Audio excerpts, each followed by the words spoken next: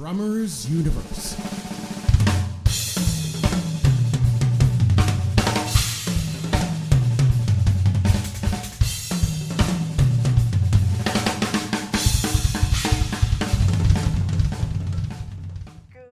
Drummers Universe. And my earphone fell out as I did that. Hi, everybody. Hi, everybody, and welcome to the Drummers Universe podcast with the incredible Mr. Jason Gianni, live from his studio. And now you all know where the Drummers Universe intro came from. It was our Jason who did it for us and recorded it. And now you've seen him doing it live in the moment. Yay! I feel so special right now. Thank you No, it's my so pleasure. much. And thank you so much for having me. It's a pleasure. We've so been looking forward to talking to you, Jason, because the things that you're doing and have done are just amazing. A lot of people will know you from your work with the Drummers Collective, the iconic music school in New York, and many other things. But let's take it back a little bit and let's get a bit technical. So I'm going to ask quite a technical question. Okay, let me get my technique ready. Hold on. Hang on. Are you ready for this? I think. Do you have special drumming shoes? So the answer to that is sort of yes and sort of no. I don't necessarily have special drumming shoes. Like at one point I had bought the Dave Weckl Vic Firth shoes. Oh yeah. But they were too light for me. I just couldn't get the control I needed. So the answer to that is I actually just play in Converse. I tried to play in shoes that have something that is between like a good solid sole and something that is not too thin at the same time or too thick, right? And I've always felt like a Van or a Converse is like, you know, my thing. But I've had to get like a million different colors for a million different occasions, you know, like, you know, I think like, you know, if I'm wearing like a suit, like I wear like black Converse and then I wear like normal Converse when I, doing like normal shows and stuff. So, but yes, there's your answer. I love that. And they are the choice of many, many drummers. So you're a bit of a trendsetter, probably. They've all been looking at, what you have on your feet. If you want to call me that, sure, I'll take that. That's brilliant. Brilliant. Yeah. Well, let's start at the beginning. Okay. What made you pick up drumsticks? Well, it's a weird thing. It's like I didn't really start playing until I was about 11. But my mom was saying as far back as she could remember, I was playing. I was leading the little nursery school band, around the room in between times that I was crying because I missed her during the day. Right. I was leading the little parade. And then I started playing piano when I was 9. And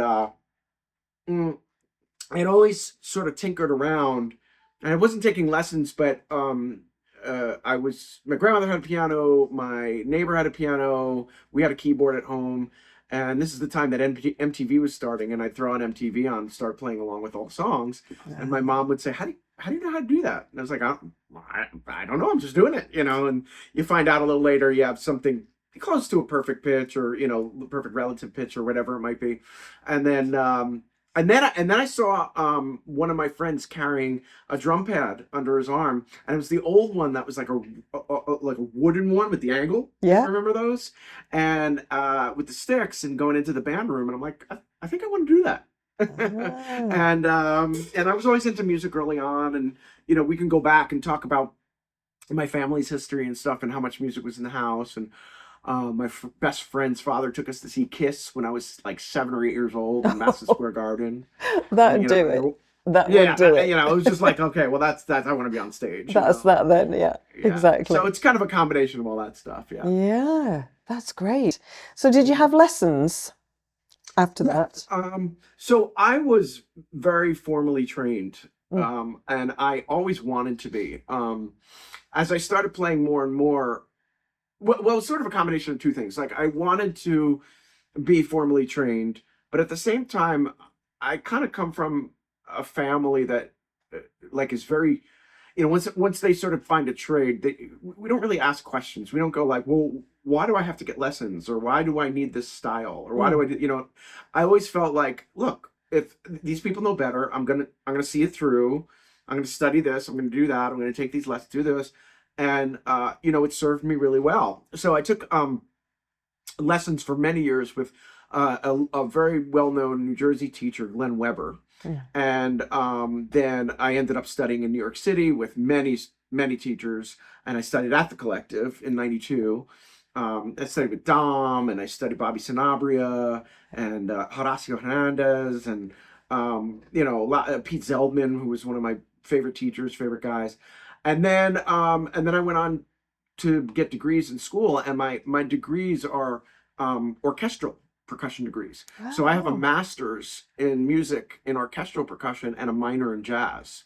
Wow, I didn't know that. Yeah. Mm-hmm. That's fantastic. Yeah. So I did as much as I possibly could. It has a lot to do with my history. I say this in other interviews in that I'll try not to drag it out too much, but my father was a bass player, and he brought a lot of music into the house. My mom listened to a lot of music. But my dad was always like, he never really did music full time. And no one in our family really knew anybody in the industry. And I knew that I wasn't going to really get any help or anything that would really, push me forward in like, knowing people. And I knew I was going to have to do this all myself. So out of kind of fear of not knowing my trade enough, I really committed early on to saying I'm going to be as versatile as possible. I'm going to study every style. I'm going to do a lot of reading, a lot of history stuff, study the classical stuff, study the modern stuff. And and here we are many years later. Incredible. Yeah. And it shows. I mean, you're probably one of the most technical drummers I've ever met. And seen and playing, I mean, just phenomenal. Thank you. And such a wide variety of gigs that you're doing and have done. Artists that you've played with, from like the horror show. Little Shop of Horrors. Little Shop of Horrors. Yeah, on Broadway. I mean, that's a skill in itself, right? Yeah. Oh God, do I have stories about that? But yes. And then Marc Woods. Yeah, Marc Wood. So he started the Trans-Siberian Orchestra. Sorry, Wood. There's no S on it, right? Wood. Yeah, Marc Wood. Yeah. Marc was the original violinist of the Trans-Siberian Orchestra. We met through that organization as we were in that organization together for a while. And Marc is the first non-guitar player that ever ended up on Shrapnel Records, which was a guitar label, because he was shredding so much, know, and I still play with him. It's been, I think, 11 or 12 years now. And it's such a huge sound. So enormous. Yeah. I had the pleasure of meeting Marc in Bermuda. He came via the music school. And at the time, my daughter was playing the viola and violin. And so she was invited to go to this masterclass that he was doing, this workshop. And to see what he brought out in these kids was unbelievable. Unbelievable. Yeah, and she really, it changed her whole perception of it, because I think there was a bit of a, well, you can either play that, or you can play the piano, or you can play a recorder. And she kind of thought, well, the viola sounds a bit more exciting, so I'll try that. Not given the option to play drums either, I might add. But because of that, she was kind of half-hearted with it. But doing that with Marc, she spent the whole day there with him, and he was absolutely brilliant. And then they did an end of camp show as well. Yeah, the concert. Yep. Oh, it was so cool. So Marc works in. I work with like 3 types of concerts with him. Yeah. All right. What you're describing is something called an EYS concert, Electrify Your Strings, and that's when he goes into the schools, works with the kids, shows that you don't have to just play, Mozart the old school way. You can do rock and different things. He brings his pedal board and blows them away and stuff. But brings the best out of them, and like you said, like sort of works with them, formulates a concert. And there we are at the end of the week, giving off a concert for the parents or, the local people or whatever it might be.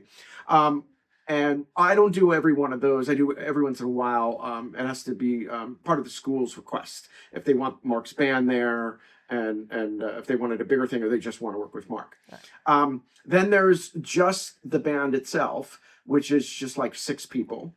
Marc, his wife, Laura, Paul Ranieri, the bass player, Rob Bombeck, the guitar player, myself, and there's been a series of keyboardists, but Matt Vodakar is usual keyboard player. And then it's the newer show, which is Marc's Trans-Siberian Experience, which is the Trans-Siberian Orchestra. We come into town, play with local orchestras, play with local symphonies, string players, vocalists, that sort of thing. And then usually we, during the holidays, we do the TSO stuff, but we try to also carry that through the year too, so it's not just on the holidays. That's very cool. We have to get you over to Ireland to do that. Yeah, would love it. We have a great music school here called Music West, and I play with the Music West Big Band. They also have the orchestra and the ensemble and blah, blah, blah. But again, fantastic organization. And if you've never been to Ireland, I mean, it's like the Emerald Isle, right? Of course. And so look at the green. I did it for you. I know, right? I love it. It's really cool. Yeah, so that's a huge sound. So tell us about the rig that you use for that. So Jason, that alternates. I don't know if anybody has seen the Trans-Siberian Orchestra, but TSO works with electric drums and then real cymbals. Yeah. And I have used anything from a full electronic kit, which Marc has in his organization. He has an old TD40, I think, Roland TD4 V drums, to the same kind of setup where you have like electric drums and then real cymbals, and then to an acoustic kit. And mostly it's been acoustic lately and with a shield around it because the acoustic sound starts bleeding into all the mics for the orchestra. And a lot of times they're playing, old violins that are 100 years old and not mic'd up. So you're beating the crap out of the drums and they can't hear anything. Yeah. You got to be like sort of in your own little room. It is a little bit more difficult to mix an acoustic kit with an orchestra. And it makes it easier with electronic drums, much easier. I enjoy playing the electronics. They're okay. They're a little rough on your arms after a while when you're really beating them up. Yeah. So obviously I prefer the acoustic. But yeah, it is a huge sound, and it's tough to mix too. It's tough to really get the right sound in your ears, to get the right sound in the monitors, to get the right sound out front.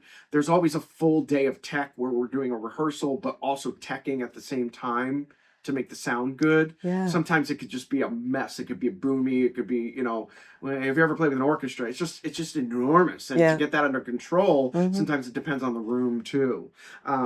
But it's usually fun, but it could be also pretty stressful, especially with like really stuck up conductors that are, don't understand rock music, and they're like, looking at the drummer like, it's like, just watch me, we're good.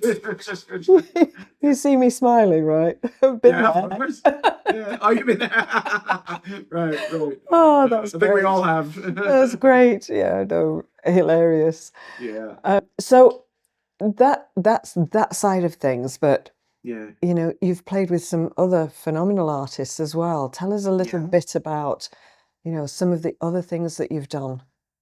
Well, I've been really lucky in being able to follow sort of what I set out to do initially, which is be really versatile. Yeah. Right. So, I've played everything from, Latin gigs and Afro-Cuban gigs. I was the drummer on The Voice for the Spanish version of The Oh, I Voice. didn't know that. Yeah, it was wonderful. It was filmed down in Miami, and it was. I only did one season, but it was huge ratings, and you got to play with Ricky Martin and go some of these like amazing artists and everything. And then I played big band all my life. I play in a very well-known big band in New York City called the Ed Palermo Big Band that does mostly Zappa covers. Yeah. And then of course, I'm a progressive and fusion drummer. So I've been with Neal Morse, and I've subbed for Mike Portnoy and his band. And and now I'm actually one of the drummers in the famous band Kansas, rock band Kansas. Oh, wow. I'm not the drummer in Kansas, but I get to play with them when it's kind of a long story. Philly Ehart has retired, and all the band is using subs now because they've all gotten older or they're different members and stuff. And sometimes, if you ever follow some of these really well-known bands that have been around for a while, like Foreigner and Journey, they're bringing people in and out a lot because it's not the original members. Yeah. So that's kind of my role with Kansas. And lots of jazz players I've played with and in and out of New York City, and then I do a lot of Broadway as well. So it's kind of a mix, and of course all the session stuff, which we'll probably get into as well. Right. But it's been great because I really set out to be as wide ranged as I could, and I've been able to be really. Sometimes it's a little too much. I'm like, I can't. What do I have this week? Wait, what is it? But it's a lot of fun. But it's sometimes you got to kind of reel it in a little bit and sort of but it's wonderful. I've been very fortunate. And how do you organize yourself? Do you have a manager, an agency behind you, or do you do everything yourself? I do everything myself. Amazing. Yeah, I really do. I mean, I certainly people help me out. And you and I were even talking about getting a hold of some people in the UK. We were before. Yeah. So it's a lot of word of mouth stuff, of course. It's kind of a little bit of a joke because I'm at that age where I'm not old enough to like be ancient, but I'm not young enough to want to use my calendar and my phone. So I keep like this really crazy calendar at home, and I'm always telling my wife, I'm like, could you take a picture of October and send it to me? She's like, God damn it, put the calendar in her phone, it's a lot of being really versatile in New York City and playing with a lot of different styles and a lot of different things like that really lends itself to meeting so many people and having so much outreach. And really I've been extremely fortunate in that I haven't had to really hunt in the last. Well, I have to tell you that I have made a little bit of a shift in my career. As you know, we know each other through the collective, and I was there for 20 years as a full-time instructor. And it was only in the last 5 years or so that I stepped down and only am, outside of maybe 1 or 2 days of teaching, really concentrating on my playing and my touring now. Right. And I've been very fortunate in that when you make a big leap like that, it could go the opposite way. You could end up not playing, not doing the things you want to do, losing track of what you did before. Now all of a sudden you don't have students and you don't have gigs. And I've been really fortunate in that I've kept a touring schedule up all those years at the collective, and then when I sunk into it, it really blossomed from there. And so I almost feel like I'm never without a phone call, which is great. I just have to keep a really good calendar because, overlapping things become a problem. Yeah, I can imagine. I mean, you've built that reputation over years. You mentioned the session work that you do. I mean, people have probably heard you so many times on recordings, not knowing that they're listening to you. Yeah. Tell us a little bit about your session work. So the session work started when I was actually living in San Francisco. Right. I moved out there when I was 23, and my wife was going to school out there, and we said, let's give it a year or two, finish school, see what it's like. And she ended up getting a really good job, and I ended up really hustling, especially to get into the world of session playing. And it wasn't like a New York or an LA where you're doing session necessary for records. It was very advertising and art heavy city.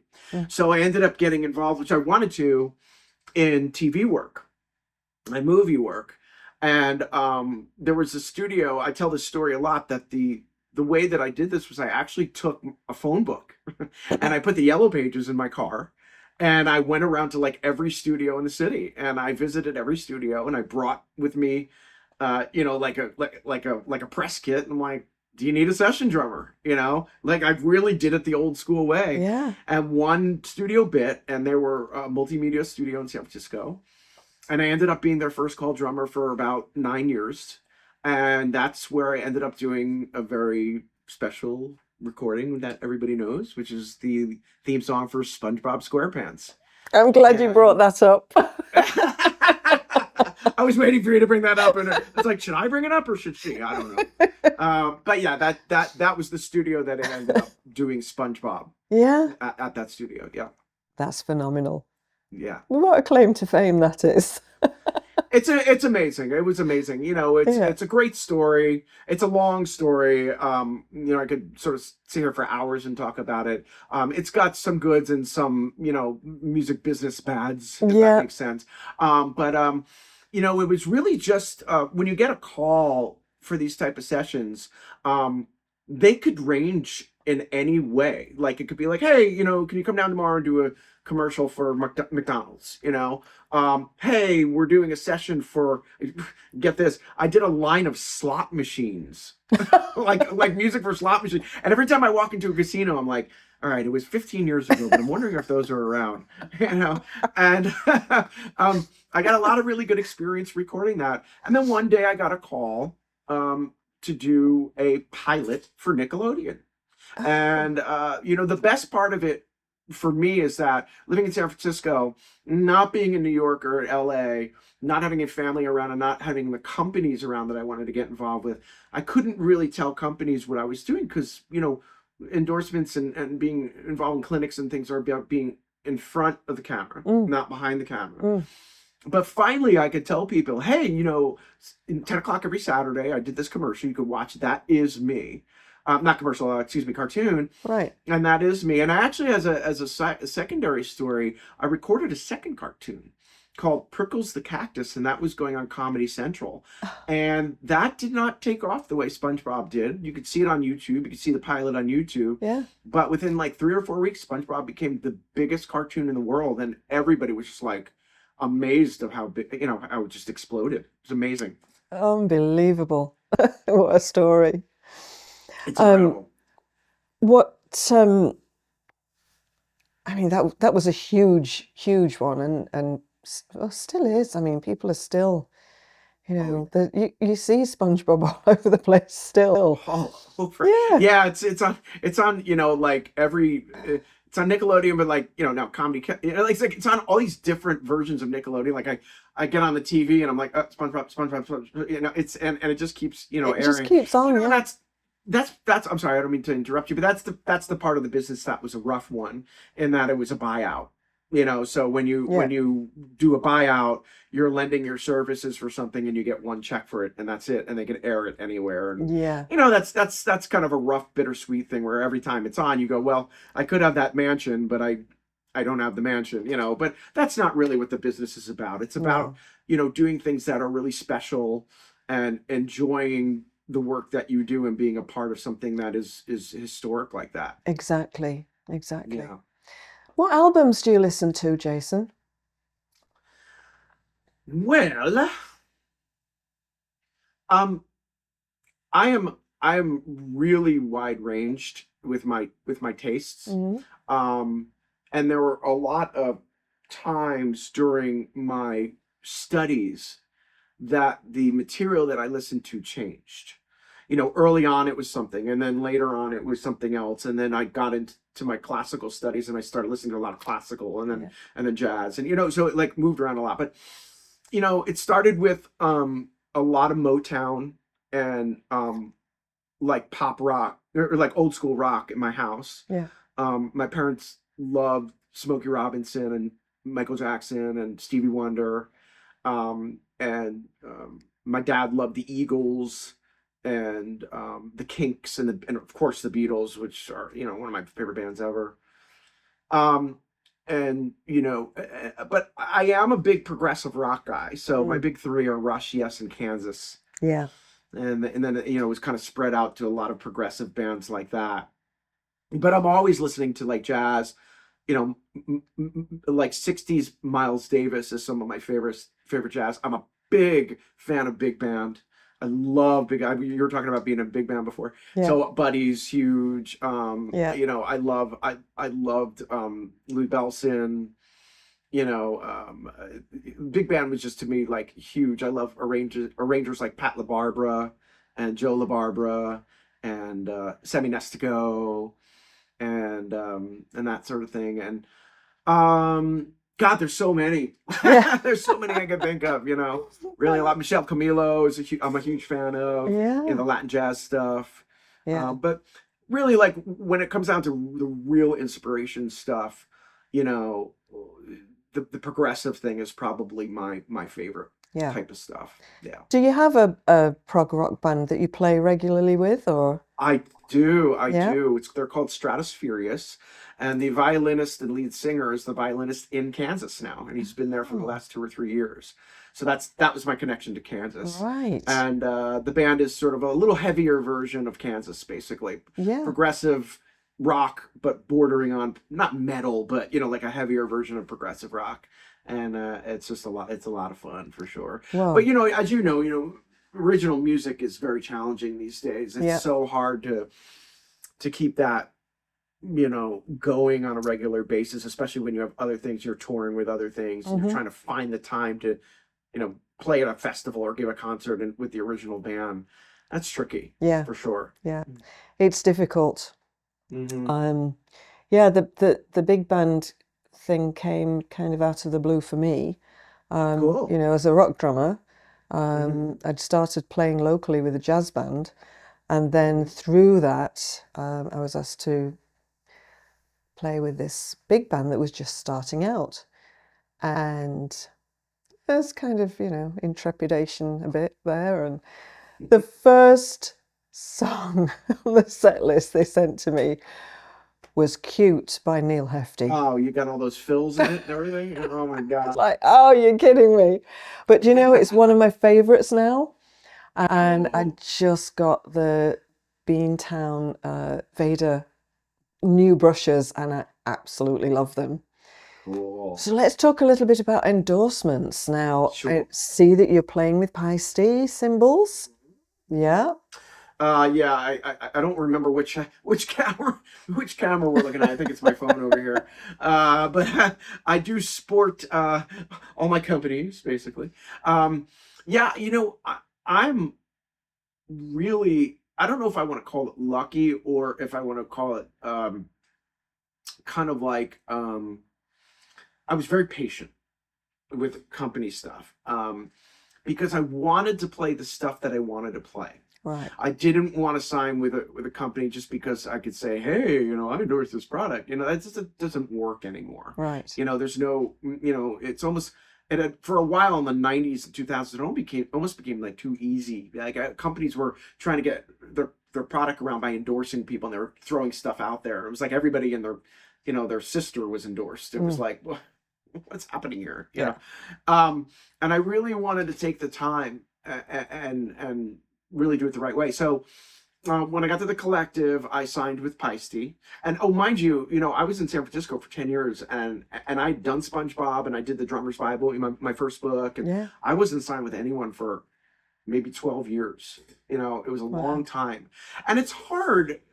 It's a real, I deal with this with my students, my active students too. It's hard when you're a really active player and you're like, shredding sticks like this, and, and you don't have an endorsement, or you're not with a company that could sort of help you out. And I had to deal with that for 12 years and it was tough, but you stick with it and you play the stuff that you want to play so that the people of the company see you play it. And then eventually it becomes, and that's actually how I got my first signing. Was Tim Shahady, one of my very closest friends, my A&R rep from Paiste, saw a poster of mine at the collective with a Paiste cymbal. And he goes, I know this guy. I think I met him at NAMM. He plays Paiste? And they said, yeah, here's Jason's number. And he called me and said, we'd like to sign you. I said, whoa, yeah, man. You know, Oh, so great.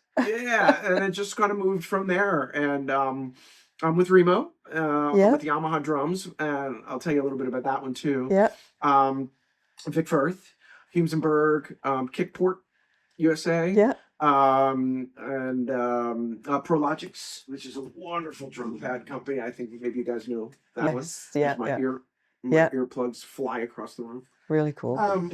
Sorry, I'm showing my camera over there. I know you're trying to look at two different cameras. Sorry, folks. And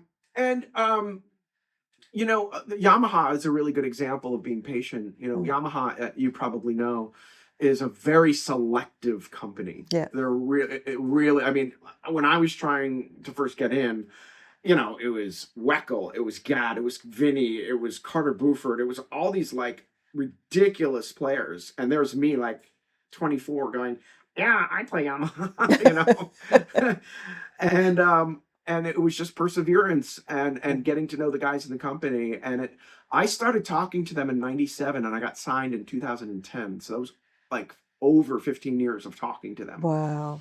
Yeah. And Yeah. it took a while, but it really I've been with them for a long time now, and couldn't be happier. I mean, a Yamaha fan through and through. We just had, I don't know if you can see it, but this is the New Drummers Universe t-shirt with Love it. the Galway Drum Show. Yeah. We had John Riley Oh yeah, good with friend of mine, Yamaha. Yeah. Mhm. And Simon Edgoose was there, and Mhm. another guy from Yamaha. Uh-huh. And the kit, he'd got the new EAD 50. Oh yeah. Or is it 20? No, it's 50. Yeah. The new version of the Mhm. EAD 10 it's bigger and it has more things to twiddle, and It has 2 microphones now. Yeah. incredible features. But John Riley, I was in awe. Yeah. Well, he's Just- he is like the when you think about like the pillars of teachers that you want to model after, John is up there. He's one of these guys that somehow opens these doors in people's heads. Yeah. And it's not just about technique, it's just not just about exercises. He's able to take a student and find the best in them and open these doors, and all of a sudden they come through, and they've been studying at Manhattan for School of Music for 2 or 3 years, and then they're huge after that. Yeah. No, he was he's fantastic. a great guy too. I love John. Yeah. Doesn't do social media. But he's great, really great. And it was an incredible scoop for the Galway Drum Show. Shout out to John and his team there, because it really was amazing. And Nick Collins as well. And that could be, a great experience for you as well, because it's growing and growing every year. Yeah, So I would love to play that show. Yeah. It's smaller than the UK drum show, but I would love to see you at the UK drum show. Neal, hi. Hi guys, I'm waiting for you. Anything I can do. Amazing. Right. That stage. I mean, with your big sound, would be phenomenal. And I would love to. Master classes as well. You have everything, the teaching, just everything. Yeah. So it would be great. Tell me, on your gigs where, you use quite a fair bit of technology as well, has anything ever gone badly wrong, and how did you fix it? Yeah, that's a really good question. I can't remember any like complete train wrecks, but there have been some, fender benders for sure. I use a combination of, on some gigs I use tracks, like a Marc's gig, for instance. We often use tracks with orchestra. Yeah. And on Broadway, for those who don't really know how Broadway works, but Broadway has turned very technologically based. So there's a lot of tracks. Everyone's on click. Everyone's on monitor. You're not in the same room with people. I always joke about this when I was playing Kinky Boots, and I was subbing for Sammy Marandino, who was Cyndi Lauper's drummer. His drum room was across the hall from the pit under the stage and 4 flights up. and you're never in the same room with people. You're always using in-ears and monitors and that sort of thing. And then on top of that, you're often using a lot of electronics and pedals. And on Little Shop of Horrors, there's actually a pedal next to your hi-hat that has you triggering all the Ableton advances throughout the entire show. Wow. And it is like every time you do that, your butt cheeks kind of go, oh, is this gonna work? I die. It's horrible. But I've said this in a couple interviews. It's become sort of like a dance routine. Yeah. Where you're playing over here and you're reading the music, and here comes measure 10, and there's a click, and you sort of go to this crash, but you're also hitting the pedal at the same time, and then you go back to the hi-hat, and then the pedal comes in. You just kind of get used to the muscle memory of it. Yeah. But the problem is that there's absolutely no predictions for just operator error of just double clicking the pedal, missing the pedal, getting your jeans caught on something. Right. It just happens. So, Yeah. and that's happened many times. And, I've gotten to the point now where the show, even if I don't go in for a while, is there. But you just can't predict anything happening. So there's no orchestra in the pit anymore. It's so yes and no. There's some shows, yes. Some shows, no. Sometimes it depends on the music and the type of, like for like a Chicago, for instance, or ragtime. They use more of a pit orchestra because it's old school, right? But on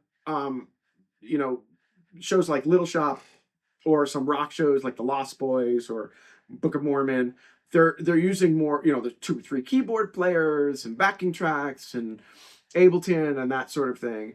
And it really wavers. Like at one point I was on 3 shows at once, and I had to kind of remember not just the shows, but like what setup and technology I was using. Oh, this is the one where I had to hit the metronome on 10 songs. Oh, this is the one that doesn't have the backing tracks. You're having to switch your mind on and off like that. And that gets challenging. That's tough. Absolutely. That's crazy. So how's your juggling these days? I am the worst juggler on the planet. I'm one of those guys that takes 2 balls and goes like, I would not be a good circus clown. Unbelievable. And juggling. Yeah, I mean, to be able to juggle that into technology. And do you have a drum tech on site as well with you? No, but there's always the front house guy. Right. Is always like has assistance. So if there's you have a talkback mic. Yeah. And there have been times where something just goes down. Like I broke the pedal one time on Little Shop. The pedal just broke. The little like pedal portion, broke off. And I'm like, guys, I need a new pedal. And they have to scramble to get that done. And the SPD pad next to you does have a start function, so you could still start the click, but it could be that you've practiced it independence wise with moving your foot there, and you're like, okay, let me think about this. How am I going to start the click? I usually do this with my foot. All right, I'm going to hit the crash and hit the it's a lot of like on the spot thinking when that happens. Yeah, I mean, you don't have long to decide, do you, when you're it's rough. Yeah. It's rough. Broadway's hard. One thing about Broadway, and I'll tell a lot of people out there that are watching that have not had this type of experiences. Not only are there no auditions and it's all word of mouth and you're doing prep at home, but one of the reasons why Broadway is so challenging and so competitive is back in the 70s when all the session drummers were doing records, they were over here, right? And then the Broadway players were over here, and they did intermingle and they did cross, right? But at the same time, there was most of the time they kind of stayed in their lanes, right? Yeah. And now that session playing is so like in the past, and there's so much technology and their drummers have been replaced so much. All these session players that are in New York that normally would have done these big records settled down to Broadway. So now you have the best players in the world playing Broadway. Yeah. And the Tommy Igoe was there, and like you have a lot of Broadway, like show drummers that start from the production side of things. A good friend of mine, Larry Lelly, and Sean McDaniel, who's playing chess now. These are guys that start from the beginning. They become producers of the show, or part producers, and then they're the chair of the show, and then they move to the next show. And they do the same thing, and it just keeps kind of blossoming. It's a pretty amazing system. That's phenomenal. I have Tommy's Groove Essentials poster on the wall here in my drum studio. I love Tommy. Cool. He's brilliant. He's a great guy. I love him. I want to, before we finish, I mean, we could talk for days about this, but your new book. Yeah. I have the electronic version. Thank you very much for sending it to me. I am terrified of it, but I am hopefully going to work through it. It's amazing, Jason. That's a labor of love. How long did it take you to write that? So, just real quick, I'll just flash them. So I for those that do or don't know, I have two books. This is the Drummer's Bible, which maybe a lot of you know already and didn't know it was mine. Yeah. And then this is the new book here, the Drum Polymetric Mastery. Both of the books took about the same amount of time, but for different reasons. The Drummer's Bible took a long time, about 3.5 years, to answer your question. Wow. The Drummer's Bible took a lot of time because of the research involved and the fact that we actually went to the houses and the people that invented the styles. So for instance, we went to Wilfredo Reyes Sr.'s house and went over the Latin chapter with him. And we went to Dave Garibaldi. Dave Garibaldi wrote the foreword of my new book. He's become a friend of mine. He got the funk chapter. Yeah. You know, and there was all these guys that really solidified, well, I would put this in, or I wouldn't do this, or this is the history. They helped us a lot with history. Yeah. The new book was more the organizational side of things, because I've been teaching my polymetric systems for as long as I can remember. But it took me a long time to really sit down and go, okay, if Allie in the UK is studying this and I'm not talking to her and she doesn't know what the hell is going on, how do I walk her through the book? Right? Because as you know, the stuff with polymeters is so technical. Yeah.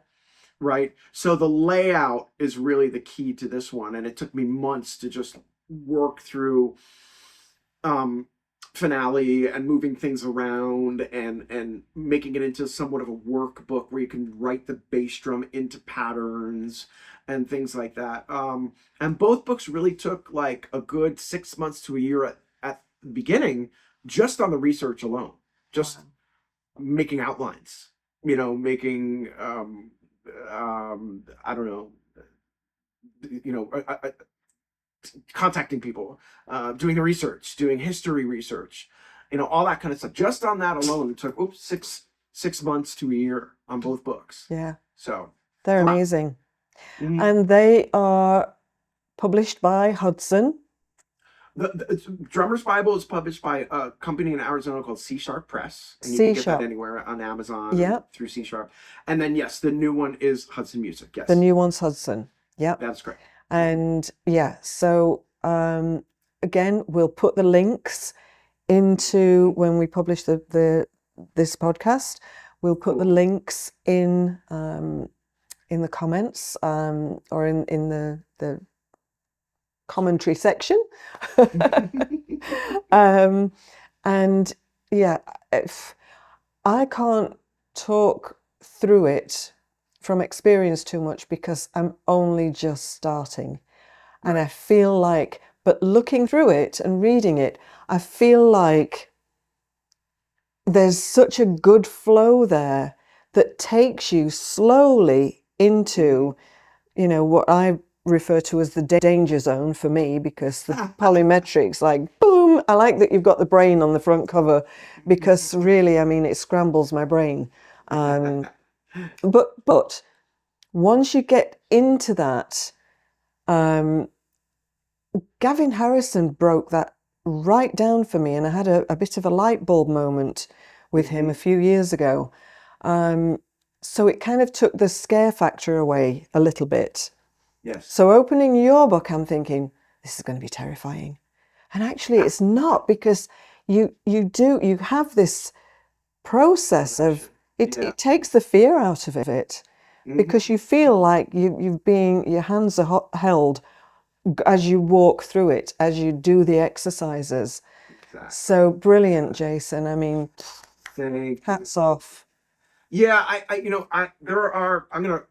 not gonna name them, but there are several books out there that start touching into this polymeter or polyrhythmic, area, which by the way get crisscrossed a lot, Yeah. where people use the wrong terms. Most of the stuff we listen to in Porcupine Tree and Tool and Yeah. Meshuggah and some of these bands that use this stuff, Animals as Leaders, is more polymetric Hmm. than it is polyrhythmic. Yeah. Um, I mean, there's crosshairs in both, of course, Hmm. but this like over the bar cyclical stuff is more polymeter. Yeah.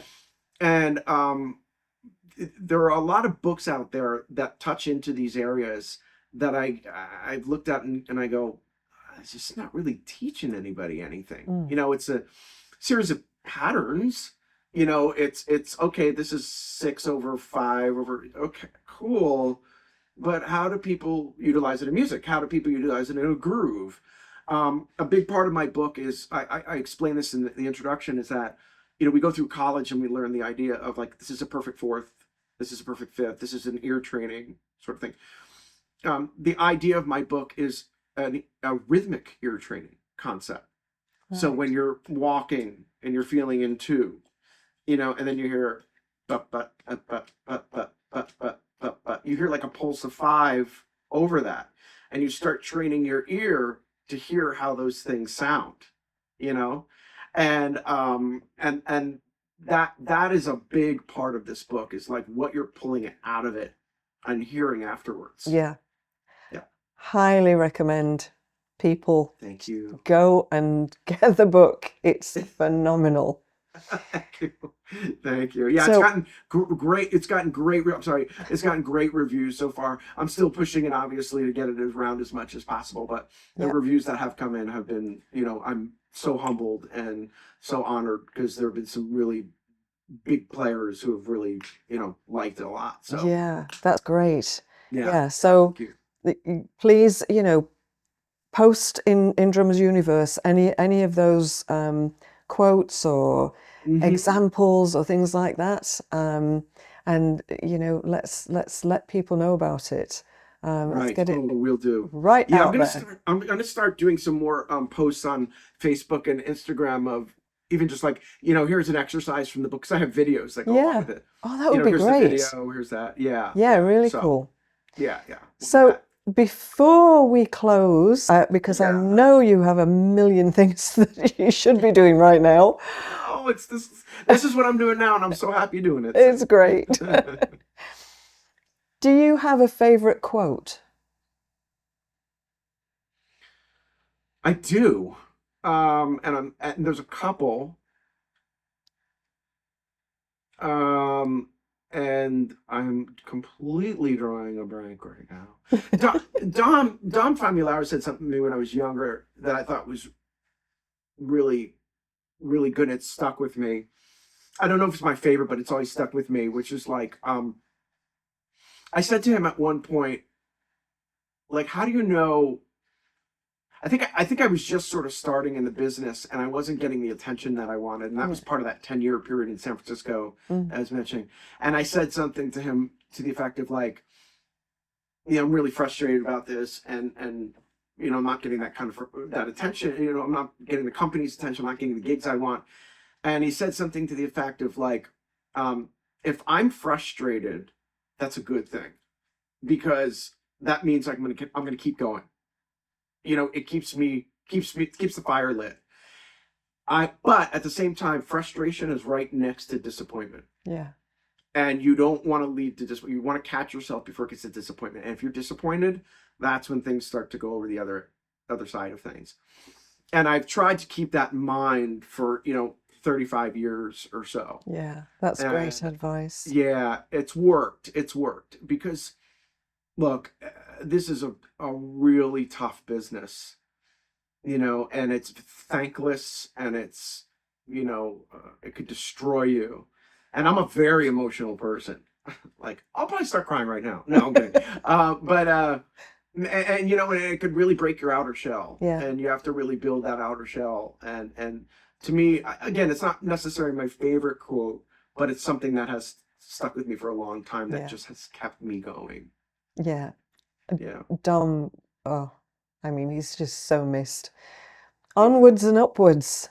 That's what he would always say. Always, he would always say that. And Jason, you give so much back to the industry, to your students, to everybody that you work with, that you play with. We're so proud that you're a member of the Drummers Universe team of pro artists, and we can't thank you enough. And I want to apologize because I don't when I get involved with something, I kind of feel like I want to be present, really present. Yeah. And when it comes time to something like this, like being involved in adding content, answering questions, and I don't have that kind of time, or I miss it. Yeah. I actually feel really bad about it. So I want to let you know that I love what is done in Drummers Universe. I'm glad I was able to do the intro, and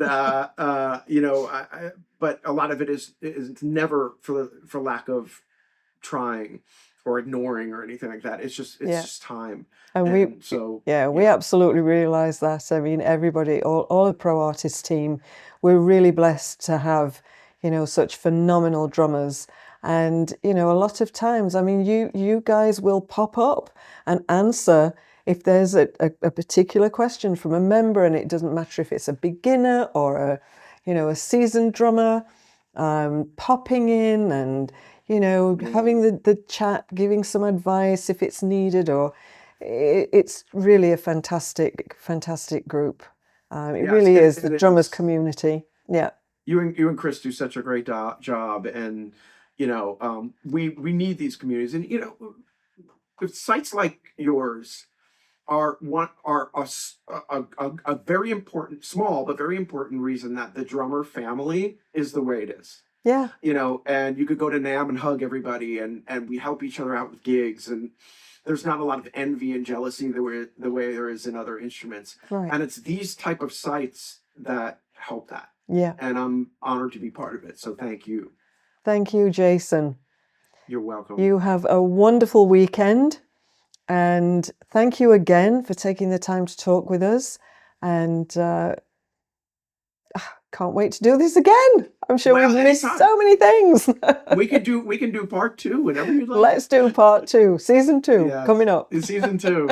I don't know if I'm staying on to talk to you, but I'll hang for a minute if you guys want to do that and edit it out. But it was such a lovely time, and thank you so much. And I say hi to everybody. And by the way, you can find me. You can find me on Facebook, but I'm at that dumb 5,000 friend limit or whatever. Oh, right. And I'm also on Instagram, and you can send messages on either one. So please, send if you guys have any questions about the book or anything, send me a message. I'll try to get back to you. That's great. Thank you so much, Jason. Good to see you. I'll see you soon. Drummers Universe.